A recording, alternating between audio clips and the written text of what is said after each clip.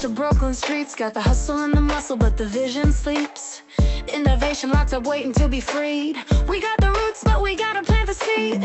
Factory silent, dreams on hold, time to break the mold, let the story unfold. In the city that never sleeps, we're rising. Through the struggle and the grind, we're climbing. We got the fire, the drive, the vibe. New York's on the move, watch us come alive. Yeah, yeah, New York, say time to shine. From the shadows to the stars, the future's yours and mine.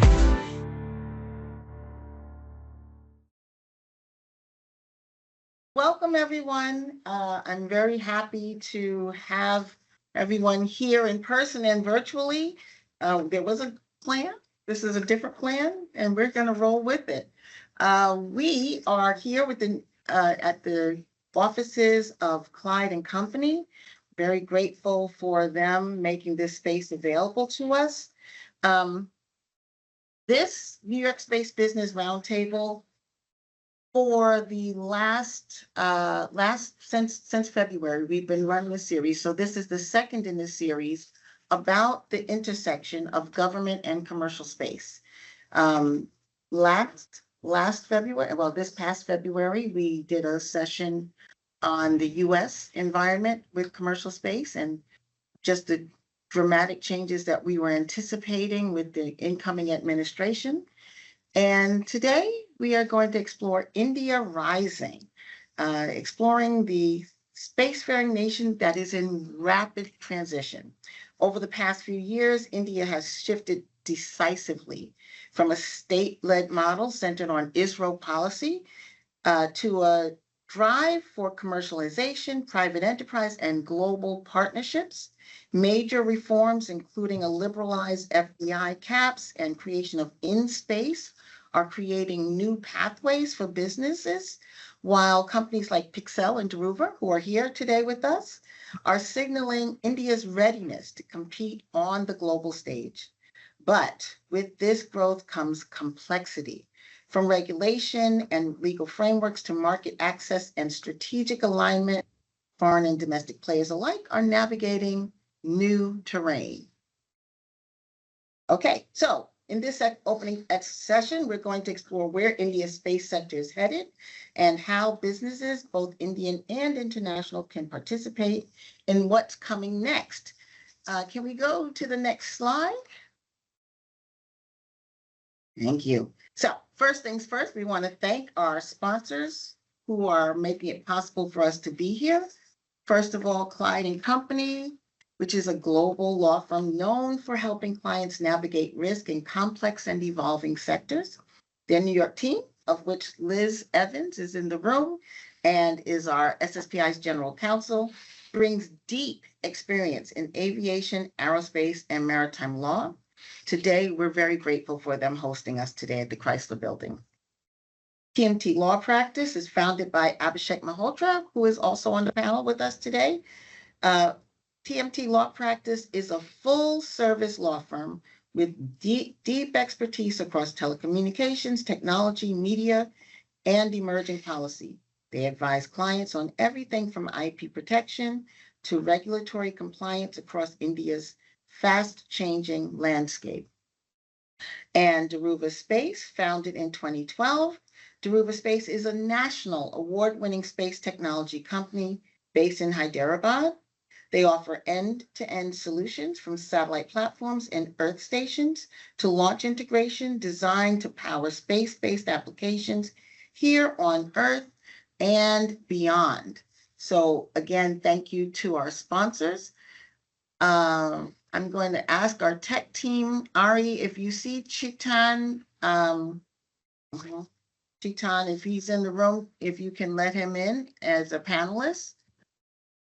And okay, so I also want to thank our supporting organizations. We have GSOA, Global Satellite Operation Organization, Empire Space here in New York, supporting the development of a spacing ecosystem in the New York State. New York Space Alliance, which is founded to help developing businesses in space sector in New York State. The World Teleport Association, which is SSPI's sister association.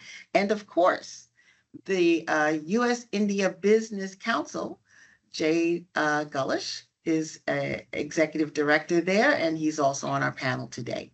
It is our effort always to tell the industry's best story. We have, over the years, told stories that were very much directed towards communicating to the outside world the value of our industry. And in the coming months, you're going to see a really slight pivot. We're still going to be doing storytelling, but we want to really make sure that the vertical markets that we serve understand the value that we bring. And so that will be some of the focus of our coming stories. And with that, I would love to welcome Liz Evans to just give us a brief introduction to Clyde Space, Clyde and Company, I should say. And thank you. Hi, everyone. It's a pleasure to have everybody here in person and virtually. Clyde & Co. is a firm that has for a long time specialized in the aerospace industry. And we do everything from insurance, liability, litigation, to all the transactional work that relates to space, whether it's procurement contracts, government contracts, or just satellite and launch contracts. We're very familiar with the industry, and we've done a lot of finance in the industry, financing startup projects, as well as financing more developed projects. So welcome, everybody. We're very excited to hear more about India and space in the current situation. Thank you so much, Liz.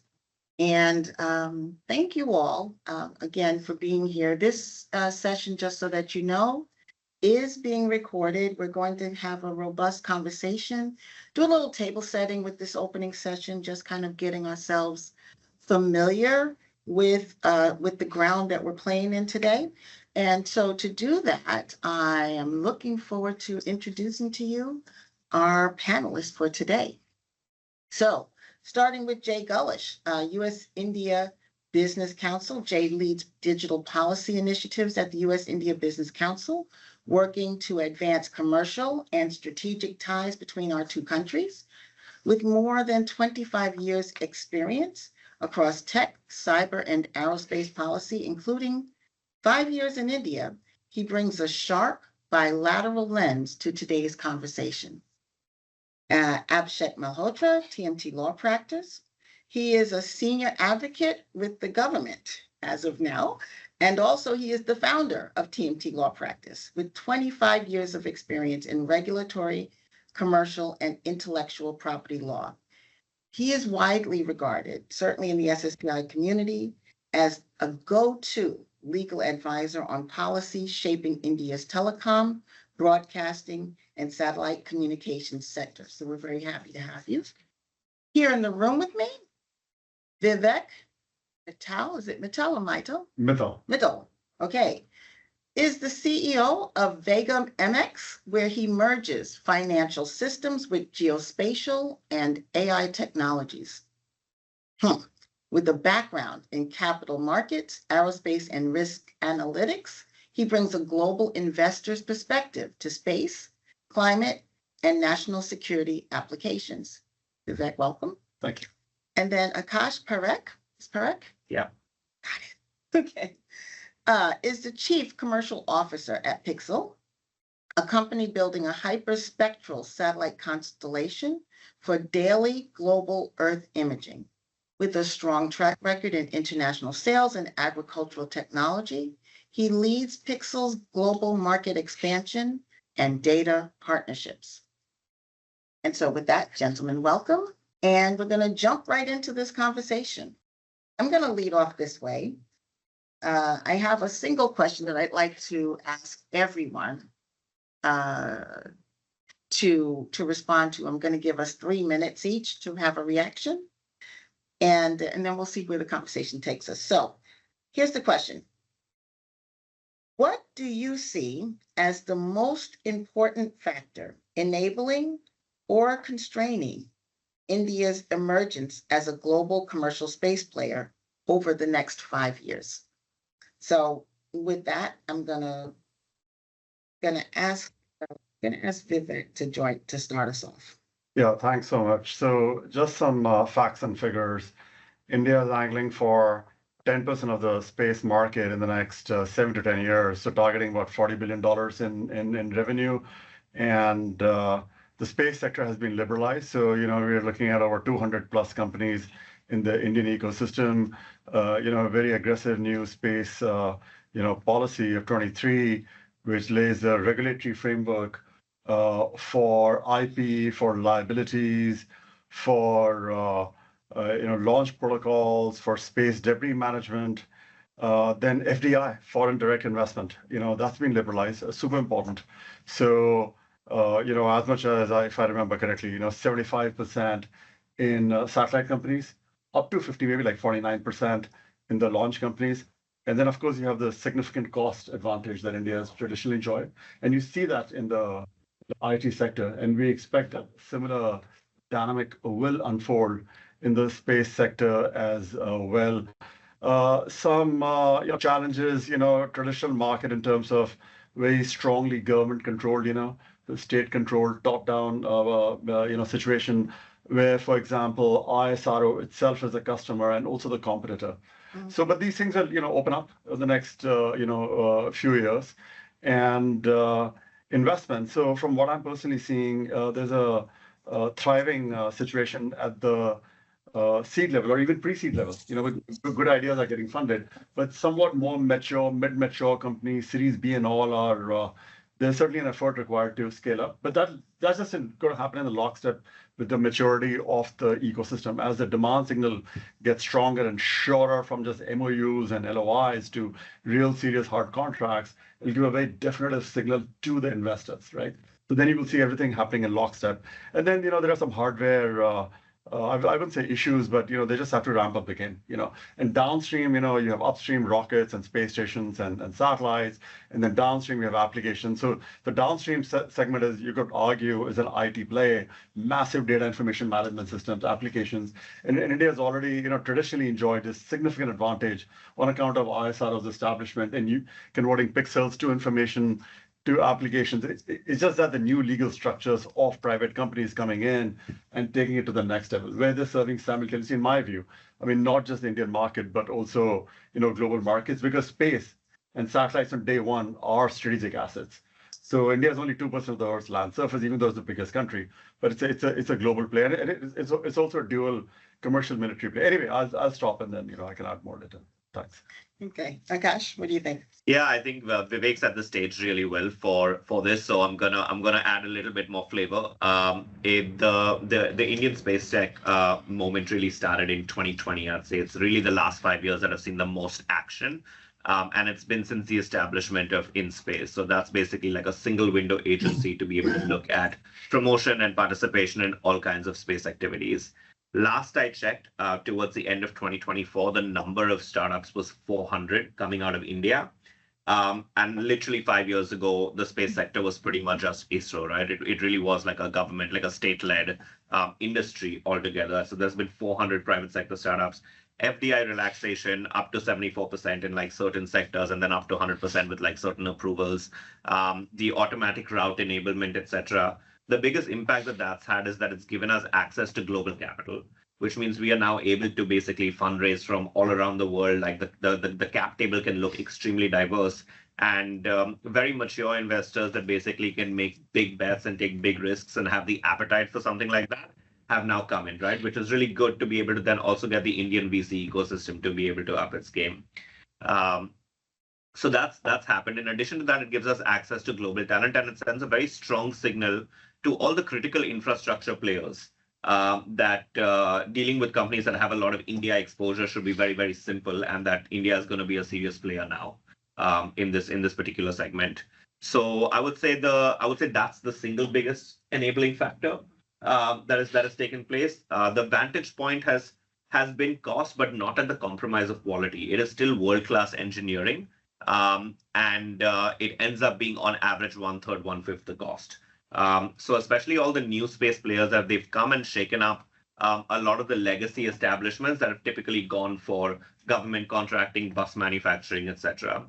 In addition to that, I think one of the biggest developments is the intention for the in-space public-private partnership initiative to be able to build a national constellation in the country. So there's multiple consortia that are currently sort of bidding for that, and Pixxel being sort of one of them. And that would basically create a very self-sufficient segment within the country for a lot of space data to be consumed by the government agencies as well. So yeah, it's really a combination of all of this that has taken place. It's like highly multi-layered and multivariate. But that's sort of what's given like India a serious push in the last 5 years. Abhishek? Yeah, so I think in addition to whatever's already been said, I mean, there's not too much to add in terms of the positives. I mean, you'd said that what are the most important factors that are enabling or constraining. I will perhaps try and sound a little bit of a discordant note with the challenges that we still face. But just to round up on the enabling factors, in addition to the aspect of, the space policy, in space really taking a leadership role and true to its name, not just providing authorizations, but genuinely acting as an entity that is engaged in promoting this business. The P in space is on promotion, and I think they're really doing a marvelous job of that. Um, so that's one major factor of enablement. The FDI liberalization, which we've seen, it's a little over a year old, and there are multiple applications that have been filed, some of which have gotten approved, and yeah, it's between 49% and 100% through either an automatic and or a approval route, depending upon what kind of activity is anticipated. The public-private collaboration, the enablement in other matters, but very importantly, a couple of other factors which I think are enablers are a and more than an immediate enabler, the intent as an enabler will be seen more clearly once we have a commercial space activities bill. So whereas the policy very much is in place, the FTI policy has been announced and is operative, but the real contours of what are the rights and obligations of the parties and from an investor's standpoint, that becomes extremely important to see the fine print as to what is the level of risk, what are the obligations that they are going to be assumed, and what are the kind of rights that are to be given, what are the liabilities in terms of insurance, what is the issue of dispute resolution. So those nitty-gritties can only be thrashed out in a legislation. And while one has been pending for quite a while now, it's been in the works, but I think that we should see the light of day for that very soon. I think in addition to private sector as an enabler and foreign investment coming in, the government, as we are all aware, has also announced a 1,000 crore rupees venture capital fund to assist with the seed capital for a lot of these startups, which really are going to be the backbone for the industry. So that's a huge plus and a commitment shown by the government, not just in the regulatory and policy sphere, but to actually come forward and put out some money to be able to really kickstart this particular economy.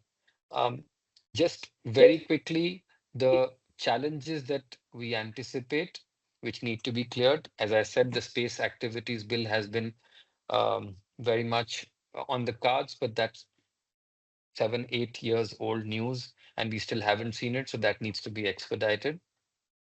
There is still a little bit of lack of clarity on IP, intellectual property, and export control policy. So that's when we get to that, perhaps things will become a little clearer.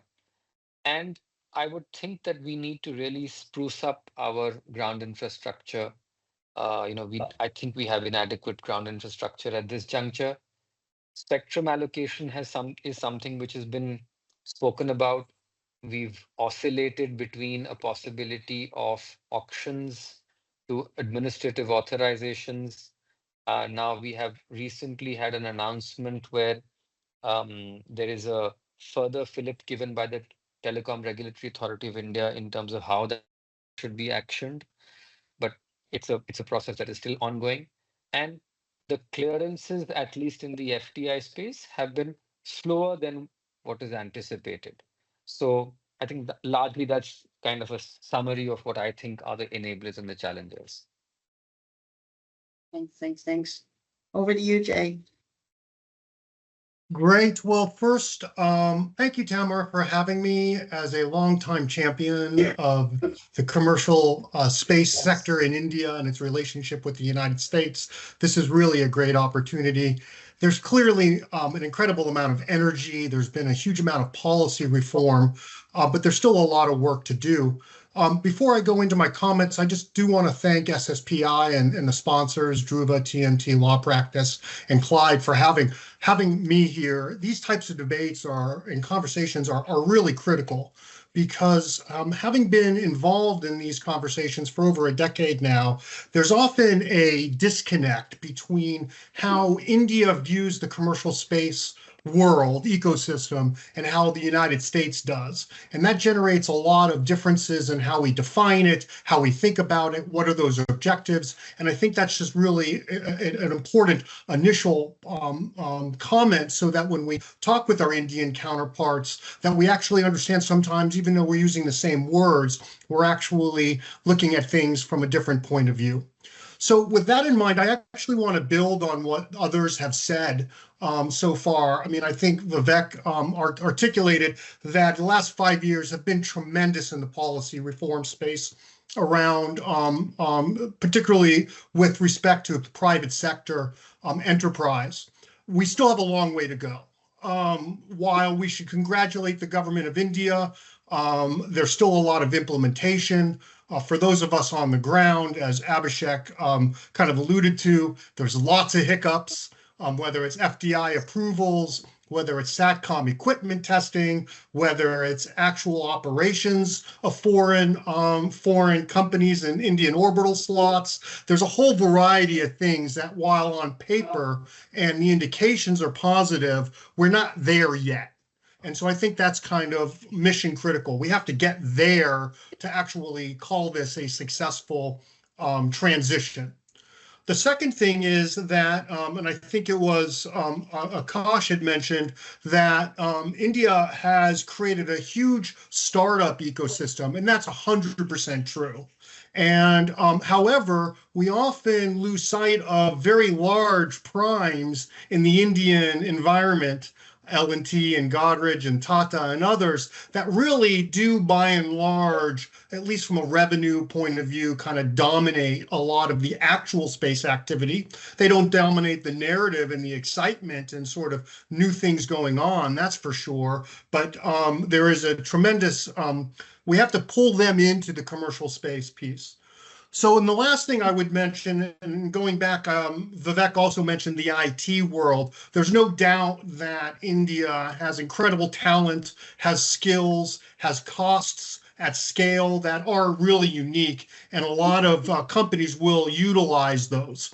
So the way I want to frame my thinking about India's commercial space journey is there's actually 3 different pieces. And success and failure in each of these different elements will have, there'll be different definitions. There'll be different ways to get there. And those 3 different sort of markets, if you can call them that, is the domestic Indian market, which for the foreseeable future will be dominated by government spending, procurement, and sort of the traditional space from an American point of view, how we think about it. There's not going to be huge free-flowing markets for imagery, for agricultural data, for space-based insurance. There'll be some, of course, but a lot of those sort of space markets that are commercial inherently in India aren't developed yet. So a lot of what we think about commercial space in the domestic arena will be driven by ISRO for the foreseeable future. Then you have the international space market where Indian companies are increasingly competitive, and we see them out there. We see them at the space shows and the different exhibitions, and you're going to see more and more of that. they are going to have to compete very aggressively in those markets. And as we know, customers always like people next door, and certainly governments want to have local offices and opt for local procurement and things like that. So Indian companies are going to have to globalize, and their success in the international markets will depend on how they do that. It'll be company by company. I think we should stress overall that globally, the space market may have a couple of difficult years based on decreases in US government spending in particular. And the third element of India's success in terms of commercial space is going to be this IT R&D arena. Will American and European space companies set up global capability centers to develop their products and services, not for the Indian market, but for international markets? And it's a very different style of operations. So I think as policymakers in India and the United States move forward, I think there's sort of these three different ways we could think about success in India's commercial space journey. And I'm looking forward to having conversations about some of these things later on today. So with that, thank you, Tamar, back to you. Thank you. Okay, so first of all, gentlemen, thank you for opening that floor up that way. My ears perked up at a couple of things. I just want to follow up a little bit. So Vivek, you mentioned ISRO as both a competitor and a customer. Correct. So I had read up a little bit about just the transition and the way the government structured the policy around ISRO having a goal of making sure that they were responsible for high level research and that they were outsourcing the standard things that we already know how to do as commercial space. Are you seeing that transition actually happening, or is it, where's the competition? Yeah, for sure. You know, my own experience has been, I was involved with Team Indus, years ago. A buddy of mine was going to the moon and I was helping him. So I really, got exposed to the workings of the ISRO and when the sector was opening up. So one is, given the commercial demands, the government sector can only do so much. So the launch cadence has to go up. So I mean, literally, you need all hands on the table to take the space sector to the next level. So by nature, it's a dual use, private, government, double-engined, solution. So they're more than happy to facilitate, private companies under their ambit, under their wings, to shoulder the burden, if you will, right? But in like core strategic segments, like in launch, they just have the monopoly. But having said that, they're also licensing their SSLV, blueprints for the private sectors, right? So both the government and the commercial demand signal will be shared between the ISRO and the commercial player. And we see these, newer companies, Agnicode and others in the ecosystem, but they will just take some time to mature, to be able to match the capabilities and the operational cadence and the caliber of ISRO. And then, I mean, my guess is, just, what the dynamics that have been unleashed, with NASA and Space Force, similar dynamics you're seeing in the Indian ecosystem as well, where the markets are maturing and there'll be a significant room just for private players to come in. I mean, the legal structure of the private systems is different. The financing funding is different. The risk, profiles are different. Therefore, the government will continue to engage and develop strategic sectors, but fast-moving, high-risk, ventures which require high capital and, with massive payoffs, will be allocated to the private sector. So that's just like maturing of the ecosystem. Yeah. Akash, let me ask this. So with that being the state of play, and you mentioned that we have this massive explosion of startup companies, of which your company is one. First of all, are you finding that transfer of knowledge, resources from ISRO to be effective as a startup? And then secondly, at least some of the conversation we've had here at the New York Space Business Roundtable is the problem of capital. Just, space is slow and capitalist wants to be fast. And so what's been your experience? Is the market, is it a little bit more mature in terms of understanding the pace of space in India? Yeah, so I'll answer the question in two parts, right? The first part being the relationship with ISRO. They had actually offered us their facilities to do all of the testing of our satellites. So we were actually like one of the first players in to be able to utilize that infrastructure, which has been tremendous for us. And we've also launched one of our satellites with the ISRO infrastructure, and hopefully that can happen. As far as the collaboration is concerned, as Vivek said, it's like an all hands on deck scenario. But if you take that into sort of a practical application of like where these companies are all competing, you're starting to see an end-to-end value chain develop. So there's a lot more like launch providers as well that are operating out of India. A lot of them specialize in small sats, which is sort of our domain, right? So we want to be able to work with them as well to be able to put our sats up. So you know that inter-reliance within the country is sort of increasing. There's also a lot of opportunity for supply chain verticalization. Normally, these supply chains are global. A lot of the times, as a result, they can be expensive. Sometimes they can be a little bit unreliable as well. Not to say that like having that whole supply chain within the country can necessarily solve that problem entirely, but that verticalization actually translates into India's advantage as a cost vantage point. Right, so you now have a lot of Indian companies that are offering solar panels and battery packs and propulsion systems and like all these like critical components that are needed to be able to build satellites and buses. So I think that's sort of the first part of the question. With regards to the second one about capital wanting to move fast and space being hard and slow. When you're basically building a deep tech hardware business, it ends up being a very long ladder of credibility that you have to work towards, right? So it's a combination of being able to demonstrate technical milestones, early commercial traction. For us, a lot of our global go-to-market efforts had to be around creating reserve deals and reserve programs and getting the right early adopters to buy into our satellites and our technology before we were even in space in the first place, right? So that sales cycle that gestation period is a lot longer. You can't start selling the day you have a ready product. That starts years and years in advance. So it's this like multi-level ladder of credibility that you have to keep building, where you have technical milestones and you have to demonstrate commercial traction. And then as a result, you create a lot more investor confidence, and then investors feel positive as well. And by going through this inertia where they've not taken these kinds of risks, they're not seen these kinds of tickets, and they've not seen entire cycles play out in deep tech the way investors, this side of the ocean have. So I think it's just a natural cycle, and you have to constantly build this like credibility matrix. Yeah. Just a quick follow-up. So with the relaxation or liberalization, I think, foreign direct investment, does that give you a little bit more, confidence that you're going to be able to succeed because there's wider capital that kind of understands the market a little better? Way more. So obviously, I think that has helped every company across the board, right? So we are no exception there. It has created like a natural advantage for every player in the ecosystem.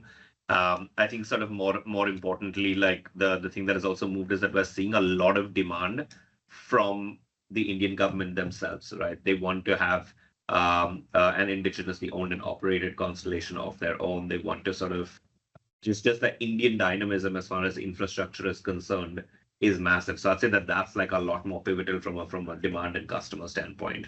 Yeah. Thank you. Jay, I want to pick up on two things. First of all, Akash just mentioned something that I really want to capture, which is this idea of an indigenous Indian space economy, which is really high priority. It's represented in all the documents and in the needle there that the Indian government seems to be trying to thread. How is that working in terms of the diplomatic relations between U.S. and India? And then I also wanted to follow up. You mentioned that some of the bigger companies that we've known for a while, like Tata, that they're not necessarily, well, I'm saying this because this is how I heard it. Maybe this is not what you said, that they're not necessarily seeing themselves as part of this transformational commercial push in India. First of all, did I get that right? And then why? Yeah, talking with the traditional Indian space companies, generally they're following the money. By and large, they get the lion's share of the Indian budget spend and activities. There's a lot of interest in commercializing. In some cases, they can, given what they do. In some cases, they can't, given the types of products and services they work on. I think each of those companies, and the 5 or 10 of them, are going to develop their own kind of commercial space plan, and it may be more procurement focused rather than organic capital raising and kind of new markets. And so I think you may see this dichotomy of the traditional infrastructure being dominated by some of the traditional space companies in India, and you may see some of the new markets that are raising capital and targeting emerging revenue streams being more venture, more entrepreneurial, and that sort of makes sense. You see some of that in the United States as well. It's not that black and white, of course. But to come back to your question about what the government of India wants, there's different. The government of India is not monolithic. So if you talk with the government of India now, coming off of some pretty serious border skirmishes and a terrorist attack, they're saying, and they long have said they need better information for the warfighter, for intelligence, for other sorts of surveillance along the border, right? And there's no doubt that they want that. There's no doubt that they are buying some of it, and there's no doubt that they're getting some of it from their partners around the world. I think they would like to decrease their dependence on either international private sector or foreign partners and like to have it themselves, has benefits to tasking and refresh rates and things of that nature, right? To be able to do it yourself, right? Now, but again, what is the government of India willing to spend on this? And it's a sizable amount of money, but compared to what others internationally spend on this, it's not really where the big money is, where the big market is. And so I think Indian companies that solely focus on the Indian market are going to have to very much temper what they can and cannot do based on government of India spending in space, which is between 1 and 2 billion a year, significant amounts of money. But for the slice of the commercial piece is going to be significantly smaller. So I think Indian companies, to be successful, are going to need to both tap the Indian market, but they're clearly going to need to be successful internationally. Yeah. Abhishek, you were talking about the slow rate of change. In other words, the policies are in place, but the actual implementation is lagging. And one of the key things that you mentioned was that, we have this new process where you can have approvals. India's actively trying to make sure that they have indigenous control over the market that they're trying to grow, but that approval process is slow, and so it's lagging. What needs to happen to kind of push that forward, or are there forces that are actively trying to not push that forward? So two things that are associated with that. Look, when we're looking at getting in foreign investment, in terms of the FDI policy, there are 3 different heads of permissions. One is in the event that you are going to bring in a certain amount of business, it's up to 49% through the automatic route.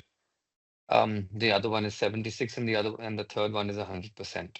Now, most of the investments that at least I'm aware of, the proposals that are coming in, are in that 74% sort of sector, which is in satellite communications, manufacturing, etc. Increasingly, what we've been seeing is that there is a concerted effort of such investments to want to hold the entire 100%. Now that necessitates that there is going to be a permission route where you have to make an application, seek that permission, and only then proceed.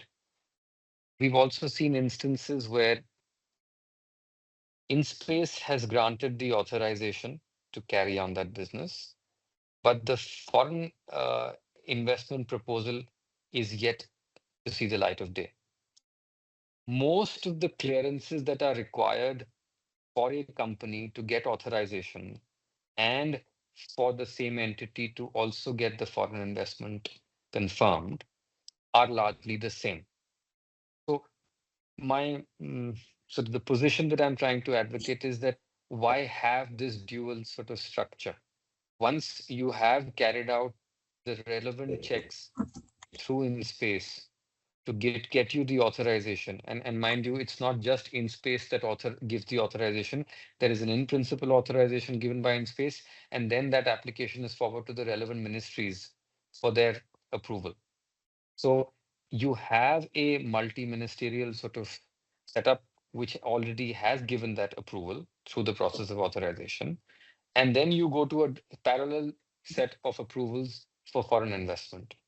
And unfortunately, because of the fact that the Department of Space is housed within the Prime Minister's office, and there are multiple various other, larger, I guess, policy issues, challenges, decisions that are being made by the PMO, that this very often may pale in comparison with the other aspects that are being considered by the PMO. And I know specifically in recent times, because of the issues that Jay had also just mentioned, and one of the reasons why I also couldn't make it in person, uh, is something that we are all, sort of faced with. So those are more important decisions to be taken, and then these things take a back seat. Now, the fallout of that is that in the pre sort of liberalization regime, everything was all the contracts were routed through Antrix and now NSIL. Now, all of those are getting over, and while the deadline for the new sort of authorizations and the contracts to be executed was originally 31st March, it's gotten extended to 30th September because a lot of these foreign investment proposals are pending. So what I'm essentially trying to say is that if you were to only create a single window clearance, if you were going to have a simple process through which there's just one set of checks leading to an authorization and simultaneously foreign investment proposal being sort of seeing the light of day, then the process would become much more robust, much faster. And ultimately, it is just to give effect to the policy that has already been announced. So we should, like in the case of the authorizations by InSpace, have some sort of a timeline, which is then sort of acts as a pressure on the relevant ministry, the DPIIT, to ensure that these processes the proposals for foreign investments also sort of get approved timely. So I don't think that there is a concerted effort to deny the development of this of the process and of the industry, but it's just that some of the ISRO type regime, some of the bureaucratic processes are very difficult to completely dismantle so quickly. I think we are likely to see a quicker turnaround maybe in the next 1 or 2 years, but unfortunately, the guys who move first may face the brunt of this change or the transition from the older regime to the new one, and therefore take that extra amount of time. So I think in sum and substance, have a single window clearance in place, provide timelines, and get out of the bureaucratic shackles that have been constraining the development of not just the sector, but any other sector. Yeah. May I just jump in here, because we come across, we're all very optimistic. We've made a lot of progress in India, but brass tacks, right? If you talk about SATCOM, that's where a lot of the money is in the space sector. Satellite phones are largely illegal in India. They don't have any internet broadcasting. They don't have satellite radio. So a lot of what we think is like truly commercial markets in the United States for space and SATCOM are just not available currently in India. Aviation broadband, I think, was only approved late last year. Most of the flights I have don't have it yet. And so there's just a lot of uptake that needs to happen. A lot of that's going to happen in the telecoms department. India has a separate ministry of communications that handles that. They're a little less slow. Satellite equipment it's difficult to get it in. And so there's just a lot of these little steps that I think in the next 18 months, there needs to be, I think, a concerted effort for the government of India, not just to do this on paper in the big reforms, but actually the bureaucratic reforms, ease of doing business, and it's got to be proved out, right? None of this really makes sense until there is internet broadband in rural India, which there isn't today. And I don't think it's going to be this year at the pace we're going. Yeah. So I'm going to say the bad word, right? Like Starlink. And so, there was that whole, effort to get Starlink into the country. And, it took a lot of work and a lot of, negotiation between Elon Musk and the government of India. And of course, eventually it wound up being kind of a, well, you're going to come into the country, but you're going to come in a way that we feel is respectful of us. And now we have some more, hopefully, we're hoping to see Kuiper come online. OneWeb is already online. And so are these companies making inroads or being able to follow the example of Starlink in terms of bringing broadband into the country? Anybody? I don't think they're operating yet. I'll defer to Abhishek, but I think they want to, but they're not actually running services there yet. Yeah, I think so. OneWeb had the leadership position in this because of the fact that they were acquired by Airtel Bharti, which is already an existing telecom company in India. It's only very recently that Starlink has got some sort of an authorization, but I don't think anyone else has. We are in fact actively pursuing the case for 2 or 3 other such entities, but unfortunately getting no response for why these applications are getting stuck. So I think Jay's assessment is correct.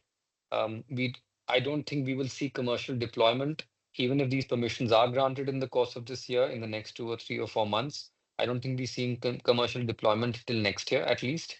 And that's the reason why at least the process of granting of these authorizations and licenses should pick up pace now. I know when I'd given the answer to the first question that you'd put to me, Tamra, I did highlight that as far as spectrum allocation is concerned, it had been stuck going back and forth between the Department of Telecom and the Telecom Regulatory Authority of India as to what should be the contours of that. It seems that there is some sort of a decision that has sort of been announced a couple of days ago. We're yet to see the operationalization of that because the minister did say that he's received this recommendation from TRAI and they seek to implement it. But it's sort of easier said than done because there are quite a few interests that are inimical to each other and to the enforcement of the administrative allocation process. So as I said, let's see, it should happen this year, but what we anticipate is likely to happen this year is more just the authorizations and permissions coming into play. The actual commercial deployment is at least a year away. Vivek, let me ask you a question. You deal with capital and you deal with being able to, fund companies and make sure that they're able to operate. And what I'm hearing just from the conversation is just that it doesn't seem like it seems like there's just a structural, we're just not used to doing it this way. And so we don't have the operational infrastructure already built out for success. And so is there a way that capital entities like your own can facilitate things moving forward? Or is it really just stuck in the transitional period right now? I wouldn't say it's stuck. I mean, it's just, levels of maturity as everybody's outlining that the entire ecosystem has attained. And I mean, the principles of finance are exceedingly simple. I mean, the finance chases, risk and reward. So if you can provide that assurance of a demand signal that you're catering to, and if it's private money, and US is a leader in this game, right? I mean, and like risk capital. I mean, high risk, but super high reward. I mean, sure. I mean, this is an American way of doing things. Let's go for it, But if you're relying on taxpayers' money, you don't go for it. And especially space by itself is an extremely risky endeavor. Mm-hmm. So if you can, and then here I may have lots of thoughts based on my own company, and people have already, mentioned this, like what exactly is a space market? I mean, is there even a genuine space market? I mean, yes, I get it, the upstream, rockets, satellites, and space stations, but they're exotic and niche and they require strategic capital, strategic patience, and massive government support for sure, right? But if you're looking at downstream applications, like for example, agriculture, right? what is the space market here? The agriculture market is multi-trillion-dollar market.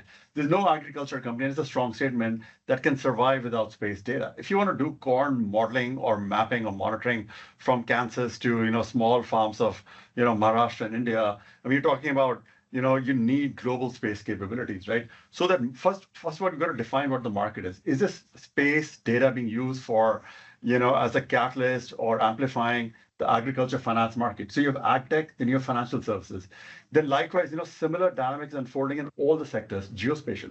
So India has this Gati Shakti, plan, infrastructure rollout, and massive regulations, or rather deregulation. So railways, infrastructure, dams, everything requires GIs, everything requires satellites, airborne assets. So, I mean, I don't know the answer to this. I mean, but the opportunities are just massive. You go define what the markets are, define what the legal structures are, and then map the risk reward to the appropriate funding structure.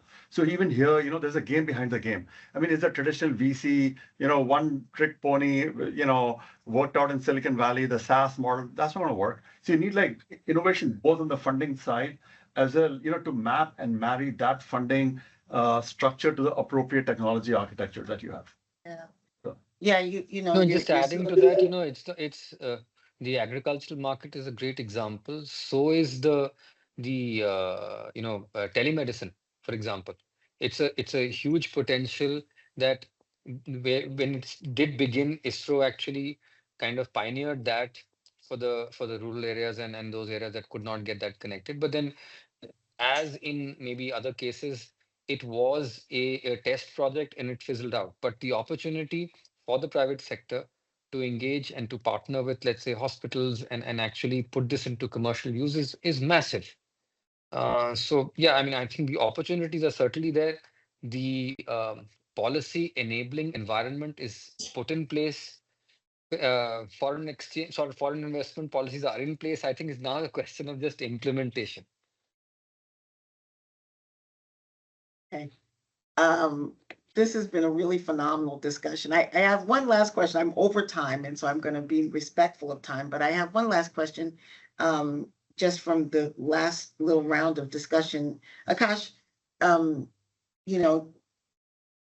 we're talking about vertical markets as being the source of actual commercialization, right? And so when you think about that, do you think that maybe stepping into the commercial field in places that are not India would expedite bringing it back home into India? Oh, for sure. I mean, I think Vivek was making this point earlier. It's an international game from day one. So Pixxel actually has about 50 early adopters that are spread across 35 countries. And we have about 80 resellers that are spread across about 43 countries as of literally last week. Wow. So we always started that way, right? And the thing is, it's truly borderless. So we've never thought of our customer base as like international and then India or one or the other, right? It's really about following the money in this particular case. And the early adopters that are sitting at the bleeding edge of innovation, that have the appreciation and the maturity and the capability to be able to process hyperspectral data, which is this very rewarding but also very complex and heavy data set to be able to process and like convert into true intelligence. Those are far and few between in every part of the world, right? So it becomes this like one cohesive community that's kind of borderless, and those became our early adopters. So we have enterprise customers that are headlining some of these verticals, right? So, we've made a public announcement about working with Rio Tinto in the mining space. They're headquartered in Australia, but they're active in about 34 countries. Similarly, we have enterprises in oil and gas, in agriculture, in the environment and forestry and water quality areas, and then also national security, DoD and IC, right? And that's across the board between the US, India, and then also like a big part of Europe and Australian markets. I think what is the space sector is not any different than any other frontier tech sector, in the sense that you'll always have early adopters and fast followers, and those markets sort of follow that trend, right? So you'll have a lot of American and European companies that are going to come and like adopt this technology and pave the way for a lot of Asian countries to be able to use them and show them how it's utilized. But counterintuitively, there have been legacy family businesses in India that have approached us to be able to look at how they can innovate with completely new data sets, and that's driven by the next gen that's taking over these businesses. So I just don't think that that formula exists anymore. We've been borderless from day one. It's always been the way we've operated. We've never looked at this as international markets and then India and what follows what. Like it can't be the operating model in a space tech company. Fantastic. Thank you so much. All right. Well, I just want to thank my panelists, my esteemed panelists, for opening up this conversation. It's been very rich, and I'm very grateful.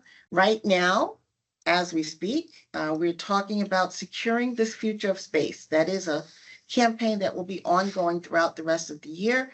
We are so happy for the support of the American Space Exploration Fund, which used to be known as the Space Shuttle Children's Trust Fund, which sponsored the video that we saw at the top of the hour.